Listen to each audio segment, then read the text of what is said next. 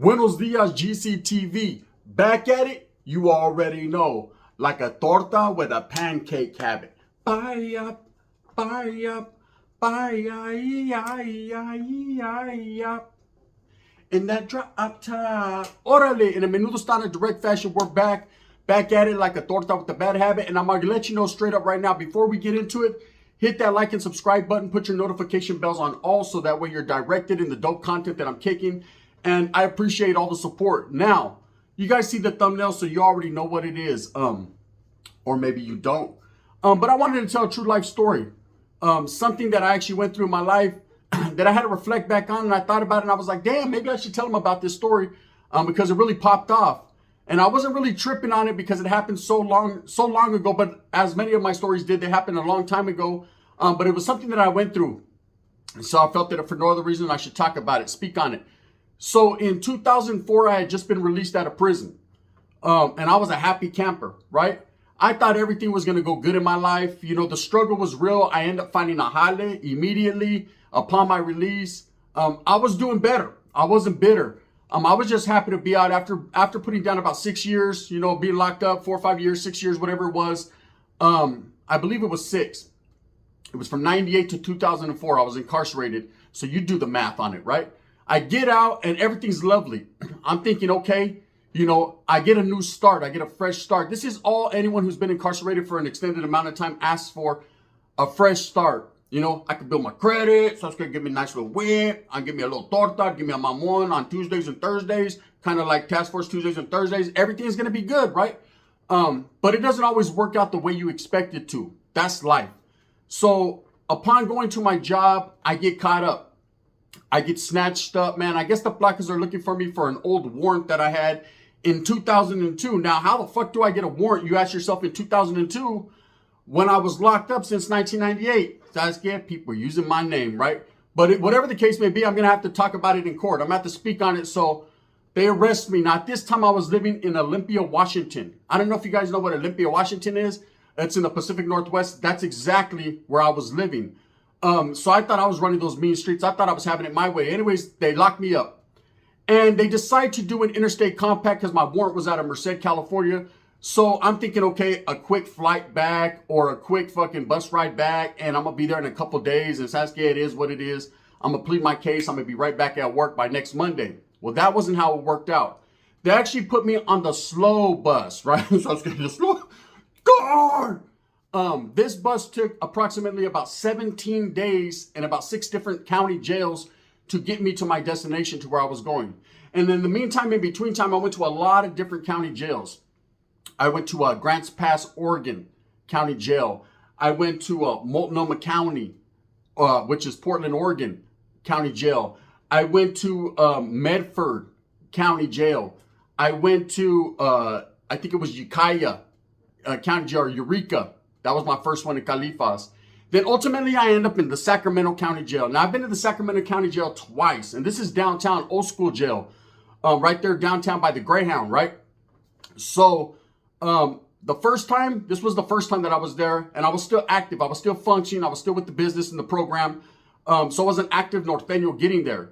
So I wasn't really tripping. Pulling up to Sacramento County Jail, you get there, you go underground, you go downstairs. They take you into this little room, which is basically the reception. And you go in there, you put your clothes in the fucking these little tubs, you dress out. They give you your whatever they're going to give you at that time. I forget the colors that they gave us. And it was myself. It was an Asian partner that was with me, that was being transported for them 17 days the whole time. And then it was a couple Africano brothers. Now, I don't know where I'm going, but I'm not tripping. At this time, I'm active, so I'm not going to answer any questions. I figured they know where to put me. They're going to put me with homies. This is Sacramento. That's all there is, right? It's going to be lovely. So it takes about all day to get processed and to put where we're going. Now, mind you, I don't know exactly how long I'm going to be there. I know it's just like a hub for me.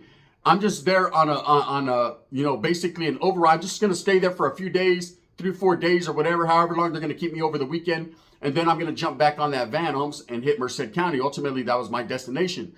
But, no one's telling me anything. They hadn't been telling us anything. It was kind of me and this Asian partner, man, and it was just like, go wherever the fuck you go. Now, up until this point, we had been together. Me and this Asian cat, he was from MOD. We had been together and we're both going to Merced County. He had some firearms charges. I had some charges. We're going to go back, man. We're going to figure it all out.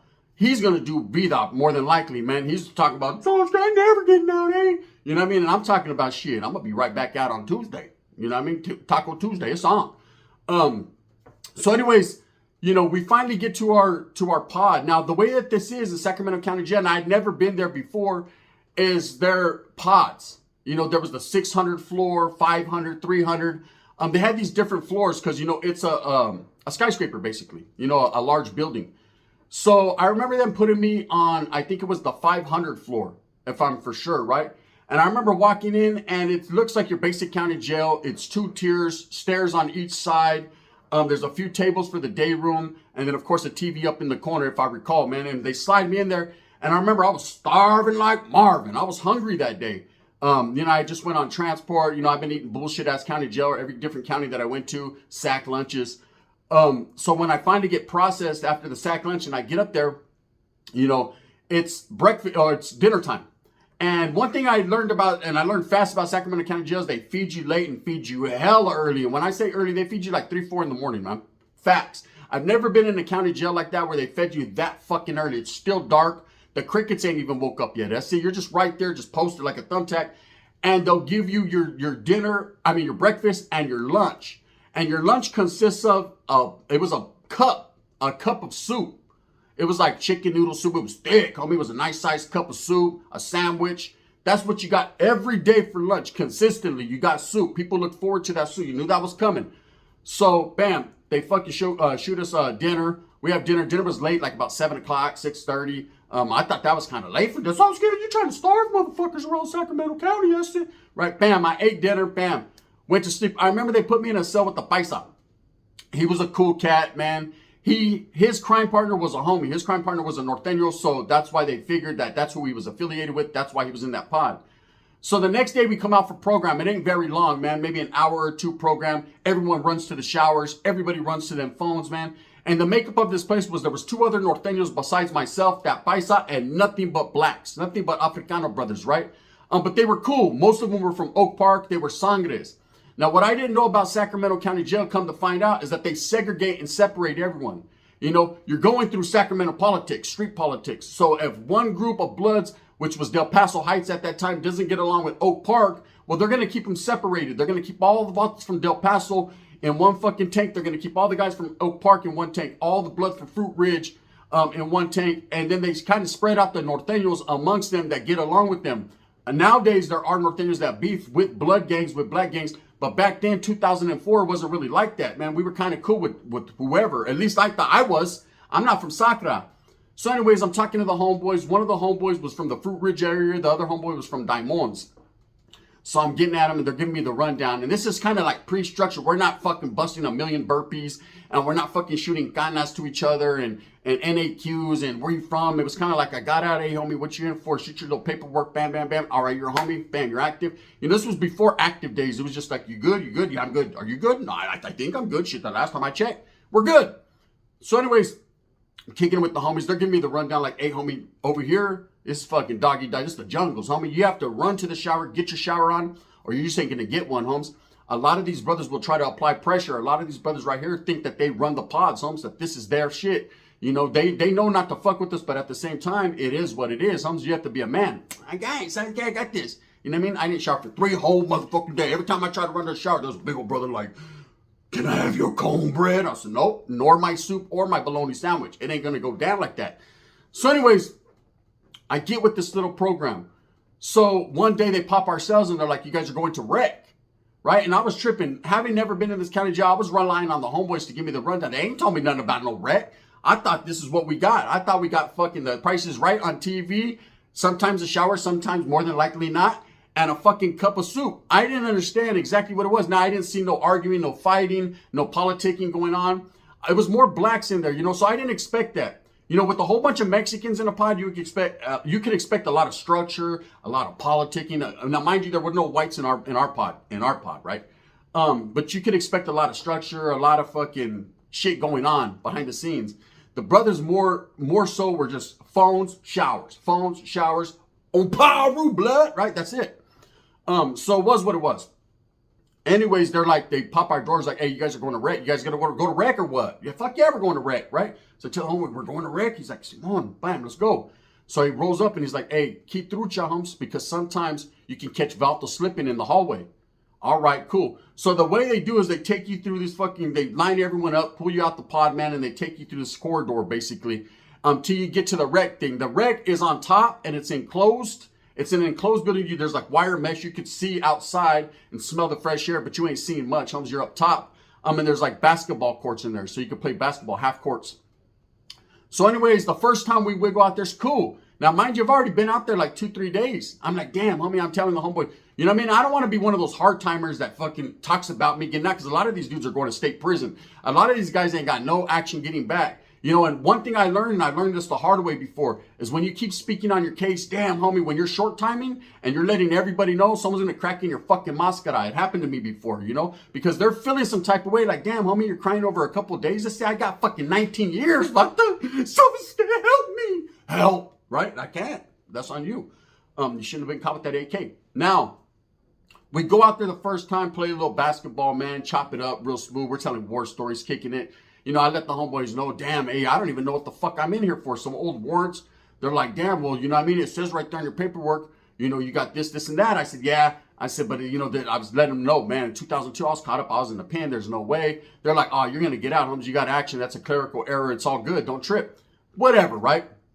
So anyways, I'm sitting back, kicking it, and nothing happens. The brothers are doing their thing. We're doing our thing. We play basketball with a couple of the brothers. Smooth criminal, like a Michael Jackson song. So as we're walking back to the pod, there's all these buildings have glass windows. So I can see other people throwing up gang signs, and the homeboy goes, hey, that right there, that pod right there is where they house all the Sopranos. You know what I mean? You can see them, they're throwing up 1-3s and whatever they're throwing up, 46th Street or 40, whatever they're throwing up, right? Back in them days.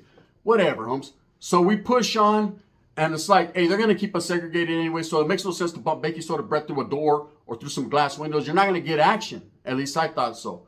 So about another couple of days passes, and it's already past Monday and Tuesday, and I'm wondering, where's my ride, homes? So it's kind of like when you call a bitch to pick you up, and she just doesn't. You already know she's giving someone else a mamon, and when she pulls up in the Honda Accord on 19s and she's doing that, get in. That's on you if you get in, right? So anyways, my ride ain't here yet, and I'm like, damn, I'm tripping, right? And the Asian partner, man, they had split us up, so I'm kind of looking for him, because we had became close over this, 17-day course over this time. This was the homie, the little homie. And so I'm kind of concerned with his action. I know I'm going to see him ultimately in Merced County, but where's he at right now? So I'm kind of looking down, where you got the Asian partner at, right? So I told him, hey, there's a little Asian homie. They said they probably got him with the others or the other Asians. He'll be fine. If not, he'll get fucked. It's on him. And, I said, no, he's about it. He's from MOD. All right. So anyways, get back to the building. The next time we go to rec, it was totally different. So as we're walking by, right, we could see a lot. This pod that was woofing last time, and they were all black dudes, and they were woofing on the black dudes from our pod, right? Come to find out, these were Vatos from Del Paso Heights. They were Vatos that were Bloods as well, but they were the enemies of the Bloods that we were fucking housed with, right?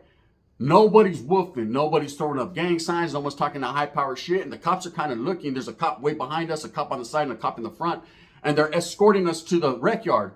So when we go to the rec yard, I see all the blacks huddled up. And I'm like, damn, they're tripping, man. There's something going on. They're politicking. I ain't never seen black politics to this degree, right? And so the homie's like, yeah, they're really tripping, man. Somebody from Oakpark got down. Homies, he got killed. So they're tripping, man. They're trying to figure out a way into that pod, but it probably ain't going to happen. So as we're walking back, again, silence, man. And one thing, let's be real here. Let's not sugarcoat or add preservatives. Most of the time, brothers is going to whoop on each other. They're going to talk that shit. That's just how brothers are, man. They're going to live you, motherfucker, you. We ain't going against the guns. That's usually how it is, right? Quiet, silence, church house mouse. You can hear every little fucking drop of water. You can hear everything. You can hear a white dude screaming for help. He's fucking me. You can hear everything, right? So, bam, we get to our building. Again, silence. Everyone goes in their cells, whatever. I'm telling my cellie, in broken Spanish, like, we better secure ourselves and watch out, man. Looks like these Africanos are going to trip. They might take it out on us. Fuck it. It might be Mexican and black. Let's go, right? So we're going to get fucked up, but let's go. There's only 4 of us. Now, the next time we go out, which is 2 days later, and I'm already stressing like a Smith & Wesson because my ride is late than a motherfucker, right? They kept me there for almost over a week, right? So, but anyways, so as we're coming out, it's a little bit more joyous. The blacks are talking, you know, there's a little conversation. The cops are telling everyone, hey, ain't no talking when I'm talking, fellas, so shut the fuck up. They're doing all that. As we're mobbing, you know, to the rec area to go play some basketball, there's a nurse. Now, one thing you know about the nurses, or I don't know if you've ever been to county jails, prison, but the nurses always push like a little cart. They got their medications. You can fill out your forms, and they're doing Medline or whatever, right? So people are all lined up to come out for their meds. So this other pod is all lined up, and all the brothers are lined up to get their meds or to talk to the nurse, right? Well, this was a planned event. I found out later, this was planned. They all came out because motherfuckers was gonna knew that they had action. That door was open.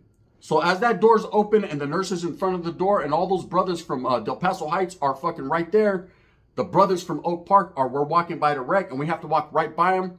And all of a sudden, what's up, blood? That table goes flying. Boom, the nurse, big old fat white chick. I said, no, oh, shit, here's a big old beep. All right, she falls. Boom. Brothers come running out, right? It's like Jurassic Park in that motherfucker. They come running out, Holmes, and we just get against the wall like, oh, fuck. And there's brothers slanging them everywhere. On Pyro, what's up, blood? Right? And they're getting it, right? I mean, getting it. Thunderous hits. Motherfuckers were getting hit like Tank Davis. There was fucking fools getting slammed up against the glass. Cops didn't know what to do. They're pressing buttons. They're running everywhere. Help, right? It was a vicious riot, a vicious melee. People were getting drugged into other pods. There were a lot of dudes running away from the scene because there was a lot of blacks that weren't actually Oakpark. There's probably like about 10, 11 dudes from Oakpark in our fucking pod. And there was probably like 20 dudes from Del Paso Heights in that thing. Maybe more. I don't even know where all them vatos were from. They just came running out, just get it, man. There was a lot of brothers like, hey, man, we can't do with the essays, right? Very vicious, very, very violent riot. It took about, and I ain't gonna lie, man, usually things happen fast. It seems like they take forever and they take a long time, especially when you're in prison or you're in county and there's a melee or a riot that happens. It's like, it seems like it's a long time, but it's fast, right? And a flash in the pan, homie. This wasn't no flash in the pan. This was that real life shit. This was going and going and going. I was like, ooh, I was hearing hits like, boom, boom. And I'm not going to lie, man. I'm going to keep it totally honest with you. So help me God, man. These cats from Oakpark was rocking, homie. These cats from Oakpark was prepared. They were ready. It was because they had lost a homeboy on the street, so they already knew what it was. Well, one of them had weaponry, right? One of them had a piece. And it was a fucked up fashion piece out of a mop, homie. It had broken, so it was a wood. It was sharpened. Shit, he was smacking fools. Boom, boom, boom, boom. He was hitting everyone. Well, a cop tries to get on him, man. He scrapes the cop's whole shoulder blade up, right? Whole shoulder bone. They end up slamming him on his head, dragging him to the oil. And that was that. Eventually, they end up breaking up this riot, man, getting everyone to their correct pods. And I remember saying, damn, Sacramento County Jail is violent, right? I didn't expect that, man. That was my experience in Sacramento County Jail. The next time that I ended up going back was on a violation. Same thing, interstate compact, man. I went back on a violation. And they housed me there for one night. I think it was one night, man. No. It was 2 nights. It was the weekend spent off. Got there on a Friday night. Saturday, Sunday, stood there, was in Tracy by Monday. It was an ugly situation. But that time they put me straight to administrative segregation to the oil with another. And I was non-active at the time, a non-active Norteño. I was just sitting on a violation. The homie at that time, I remember getting into that cell. It was the whole, but it was not like a different whole section but it was another pod, same makeup, just the seg, right? Just the whole. And I remember getting in there and dropping my fucking my little shit. And the homie said, where you from, Holmes? I even spoke to him up, are you active? I said, you active? He said, are you? I said, are you though? He said, no, but I'm asking you first. I said, but I'm just seconds. You know what I mean? He was like, I ain't. I said, well, neither am I then. We're good. You know what I mean? We're in the same level. Scared than a motherfucker. I ain't gonna lie, man. I was like, what's up? Right? He was like, no, what's up? Anyways, at the end of the day, I guess you can both call it scary. Whatever you want to do, man, it's all good, man. I ain't giving a fuck. At the end of the day, man, it is what it is. But yeah, that was a riot right there in Sacramento County Jail between the Sangres. Only time I ever seen brothers on brothers, man, like that. But they, again, like I said, Sacramento's all about street politics, man, street gang shit. They really play. They really wiggle. I never seen a Southerner when I was there. They kept us totally segregated other than behind that glass, but I never seen any one of them come out or anything like that. It was hard to catch people sipping. Like I said, that was arranged, homie. It was weird that they knew the approximate times, but just is what it is. Motherfuckers know more than I do. It's their county. With that being said, I hope that you move smooth with a purpose. Get everything that you want coming. And remember, at the end of the day, go to jail then. See what happens. You know what I mean? You will go over there and get fucked by a big old black dude named Henry. You ain't playing while they're having a riot in the background. Still the white dude was, after everything was quiet, the white dude, I thought she's still fucking me. It was ugly. Thumbs up or thumbs down. Heavy's going to be the head that wears the crown. I'm going to continue to strive and struggle and struggle and strive for what I truly believe in, and that's entertaining the gente and bringing the people together. You already know what it is. This is the gun. Bang, bang. And in that fashion.